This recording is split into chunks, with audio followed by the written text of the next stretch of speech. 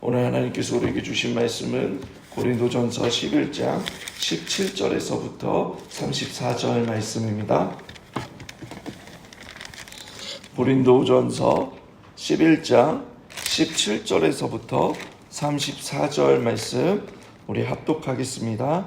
시작. 내가 명하는 이 일에 너희를 칭찬하지 아니하나니 이는 너희의 모임이 유익이 못되고 도리어 해로움이라. 먼저 너희가 교회에 모일 때에 너희 중에 분쟁이 있다 함을 듣고 어느 정도 믿거니와 너희 중에 파당이 있어야 너희 중에 옳다 인정함을 받을 자들이 나타나게 되리라. 그런즉 너희가 함께 모여서 주의 만찬을 먹을 수 없으니 이는 먹을 때에 각각 자기의 만찬을 먼저 갖다 먹으므로 어떠한 사람은 시장하고 어떠한 사람은 취함이라. 너희가 먹고 마실 집이 없느냐? 너희가 하나님의 교회를 없인 여기고 빈궁한 자들을 부끄럽게 하느냐? 내가 너희에게 무슨 말을 하랴? 너희를 칭찬하랴? 이것으로 칭찬하지 않노라. 내가 너희에게 전한 것은 주께 받은 것이니 곧 주 예수께서 잡히시던 밤에 떡을 가지사 축사하시고 떼어 이르시되 이것은 너희를 위하는 내 몸이니 이것을 행하여 나를 기념하라 하시고 식후에 또 그와 같이 잔을 가지시고 이르시되 이 잔은 내 피로 세운 새 언약이니 이것을 행하여 마실 때마다 나를 기념하라 하셨으니 너희가 이 떡을 먹으며 이 잔을 마실 때마다 주의 죽으심을 그가 오실 때까지 전하는 것이니라. 그러므로 누구든지 주의 떡이나 잔을 합당하지 않게 먹고 마시는 자는 주의 몸과 피에 대하여 죄를 짓는 것이니라. 사람이 자기를 살피고 그 후에야 이 떡을 먹고 이 잔을 마실지니 주의 몸을 분별하지 못하고 먹고 마시는 자는 자기의 죄를 먹고 마시는 것이니라. 그러므로 너희 중에 약한 자와 병든 자가 많고 잠자는 자도 적지 아니하니 우리가 우리를 살폈으면 판단을 받지 아니하려니와 우리가 판단을 받는 것은 주께 징계를 받는 것이니 이는 우리로 세상과 함께 정죄함을 받지 않게 하려 하심이라. 그런즉 내 형제들아 먹으러 모일 때에 서로 기다리라. 만일 누구든지 시장하거든 집에서 먹을지니 이는 너희의 모임이 판단받는 모임이 되지 않게 하려 함이라. 그 밖의 일들은 내가 언제든지 갈 때에 바로 잡으리라. 아멘. 얼마 전 한국에 젠스왕이라는 사람이 방문하여 큰 화제가 된 적이 있습니다. 사람들에게 가장 이슈가 되었던 것은 모 기업 회장들과 함께한 자리에서 1차 회동 때 치맥을 또 2차 회동 때 삼겹살을 먹었던 것이 화제가 되었습니다. 그들이 함께한 그 식탁은 그냥 함께 밥을 먹기 위한 자리가 아니었습니다. 기업의 생존과 미래에 영향을 줄 수 있는 식탁의 자리였던 것입니다. 우리가 누군가와 함께 식탁에 둘러앉아 같은 음식을 먹고 함께 시간을 보낸다라는 것은 서로에 대한 경계심과 경쟁을 내려놓고 마음을 열고 같은 것을 공유함으로 소속감과 연대를 가지는 그러한 의미가 있습니다. 예수님께서도 십자가에 달려 죽으시기 전날 마지막 식사 때에 제자들로 하여금 떡과 잔을 나누시면서 나를 기념하라고 하셨습니다. 단순한 식사의 자리가 아니었습니다. 식사하기 바로 전까지 누가 큰 자인지 싸웠던 제자들이었습니다. 그런데 예수님께서는 제자들의 발을 씻기시고 한 덩이의 떡을 떼시고 한 병에 담긴 포도주를 나누시며 제자들로 하여금 예수 그리스도의 살과 피로 한 공동체라는 것을 기억하고 예수 그리스도의 그 죽으심과 부활을 거룩한 예식을 통해 공유하고 기념하라고 하셨습니다. 바울은 17절에 그런데 거룩한 성찬 예식과 관련하여 고린도 교회에 문제가 생겼습니다. 예수 그리스도를 통해 성취하신 구원과 아무런 상관없이 사회적 차별이 주님의 식탁 자리에서 벌어지고 있었던 것입니다. 주 안에서 교회의 하나됨이 가장 확실히 드러나야 하는 성찬이 훼손되고 있었던 것입니다. 바울은 17절에 이 모임이 해로우니라고 강력하게 그들의 잘못을 지적합니다.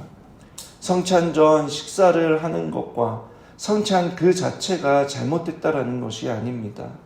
올바른 애찬과 성찬이 아닌 것으로 인해 18절에 너희 중에 분쟁이 있다라고 말합니다.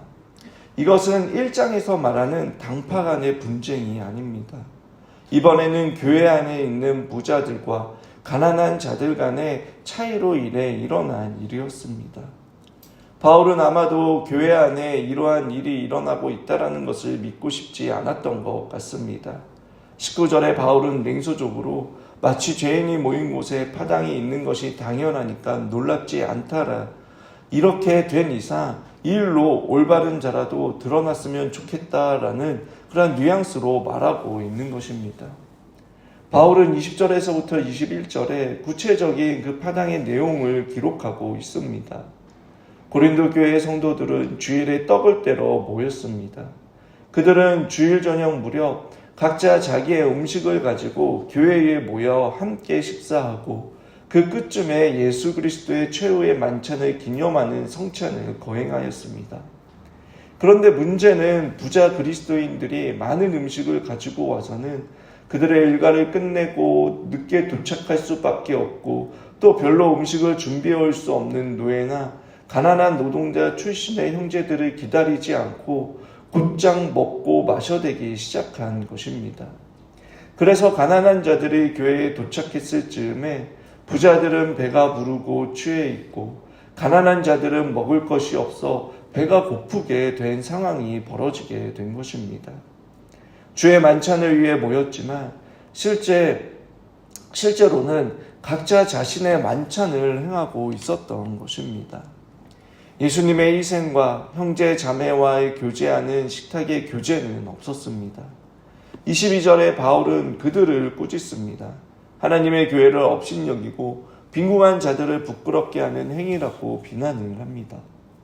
바울은 고린도 교회 성도들의 잘못된 행동을 바로잡기 위해 그럼 바울 자신이 주님께 직접 받아 그들에게 전해주었던 성찬 예식의 본래 의미를 상기시켰습니다. 첫째, 성찬은 그리스도의 죽으심을 기념하기 위한 것이다 라고 말하고 있습니다.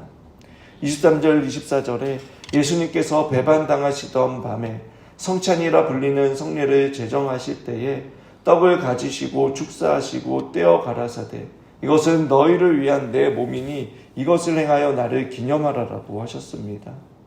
너희를 위한 내 몸이라고 하신 말씀은 예수님이 우리의 죄 때문에 그분의 몸을 죽음에 내어주셨다라는 뜻입니다. 식후에 또한 이와 같이 잔을 가지시고 가라사대 이 잔은 내 피로 세운 언약이니 이것을 행하여 마실 때마다 나를 기념하라 하셨으니 너희가 이 떡을 먹으며 이 잔을 마실 때마다 주의 죽으심을 오실 때까지 전하는 것이다 라고 하셨습니다. 떡은 우리를 위해 상함과 죽음을 당하신 그리스도의 몸을 나타내는 것입니다. 잔은 우리의 죄사함을 위해 십자가에서 다 쏟으신 그 그리스도의 피를 나타내는 것입니다. 떡과 잔은 둘 다 우리를 죄에서 구원하려고 주님께서 자신을 죽음에 내어주시는 것을 상징하는 것이었습니다. 성찬에서 떡을 먹고 잔을 마시는 것은 우리의 구속을 위해 우리 대신 죽으신 예수님과 그 죽음을 기념하고 전하기 위해 주님께서 제정하신 예식이었던 것입니다. 반복적으로 시행되는 성찬에서 우리는 주 예수 그리스도와 그의 죽으심을 기념하며 전하는 것을 명받았습니다. 주님의 죽으심과 부활은 구속의 중추적인 사건들입니다. 그러므로 우리는 반복적으로 시행되는 성찬에서 주님의 죽으심을 기념하고 항상 반복되는 그 주일에 우리는 주님의 부활을 기념하는 것입니다. 그리고 기념할 뿐만 아니라 전하는 자들이 되어야 합니다. 초대교회의 예배는 두 부분으로 되어 있었습니다. 첫 번째는 복음을 선포하였습니다. 십자가에 달려 죽으시고 부활하신 그리스도의 이 사건을 그런 말씀으로 선포하였습니다. 그것이 곧 설교였습니다. 그리고 둘째는 성찬으로 진행이 됩니다. 보이는 설교로서 십자가에서 죽으시고 부활하신 주님을 시각과 촉각과 후각과 미각과 청각 그 모든 감각을 사용하여 주님을 기념하고 주님의 재림을 기다렸습니다. 이는 건강한 교회의 표징이기도 합니다.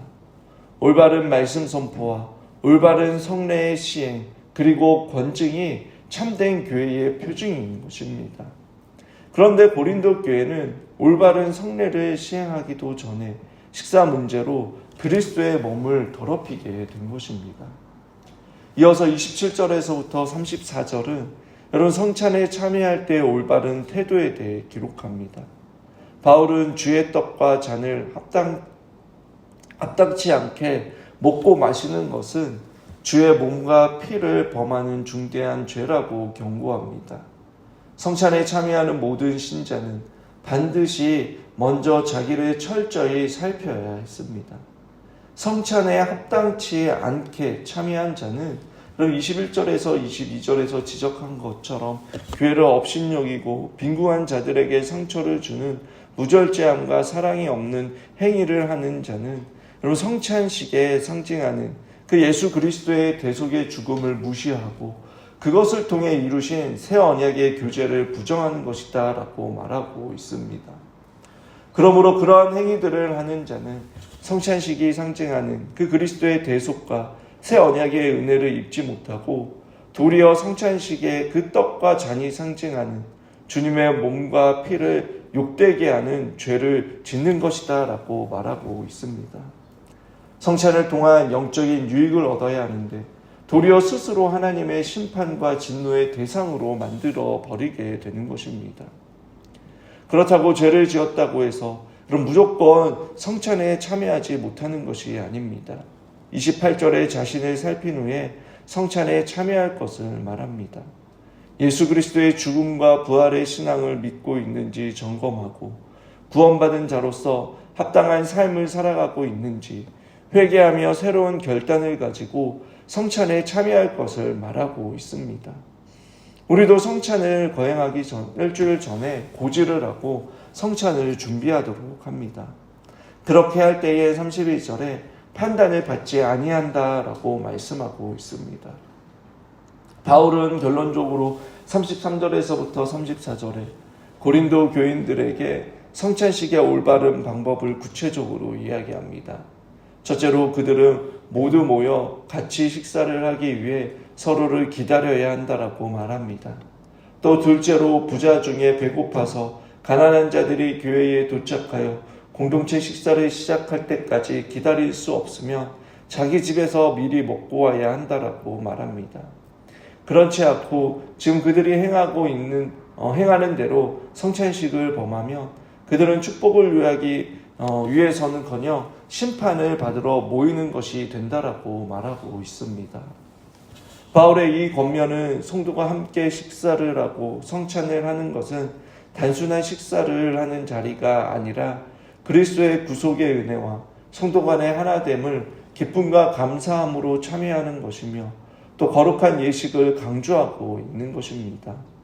또 그리스도의 사랑을 배려와 사랑과 그리고 질서 있는 모습으로 행해야 하는 것임을 가르쳐주고 있습니다.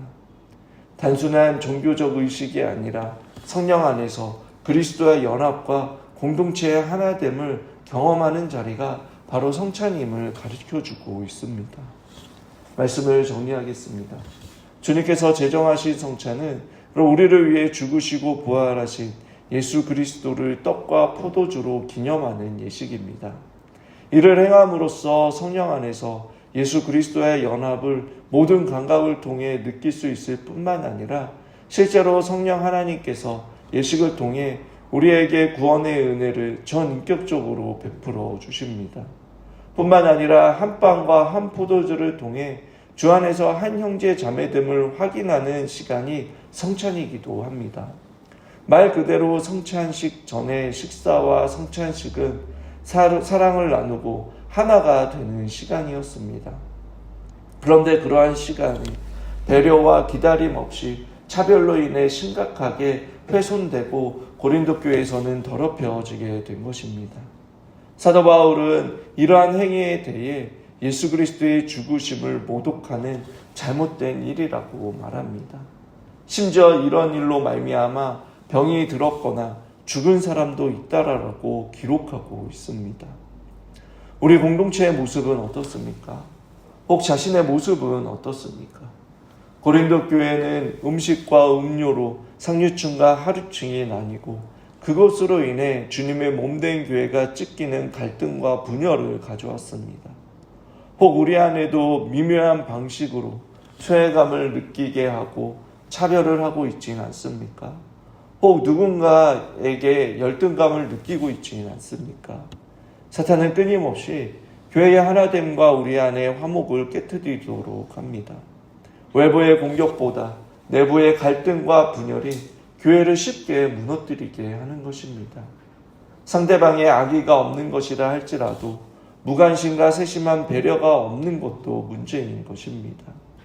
우리 모두 그리스도께서 자신을 낮추신 것처럼 우리 역시 나보다 남을 낮게 여기며 서로에 대한 관심과 사랑으로 하나 되며 새 언약 가운데 새로운 피조물로서 차별과 분열이 가득한 이 시대에 대안이 되는 공동체를 넘어 형제 자매의 하나됨과 주님의 살아계심을 경험하고 또 선포할 수 있는 그러한 절대적인 공동체가 되길 주님의 이름으로 축원합니다. 오늘 우리에게 주신 말씀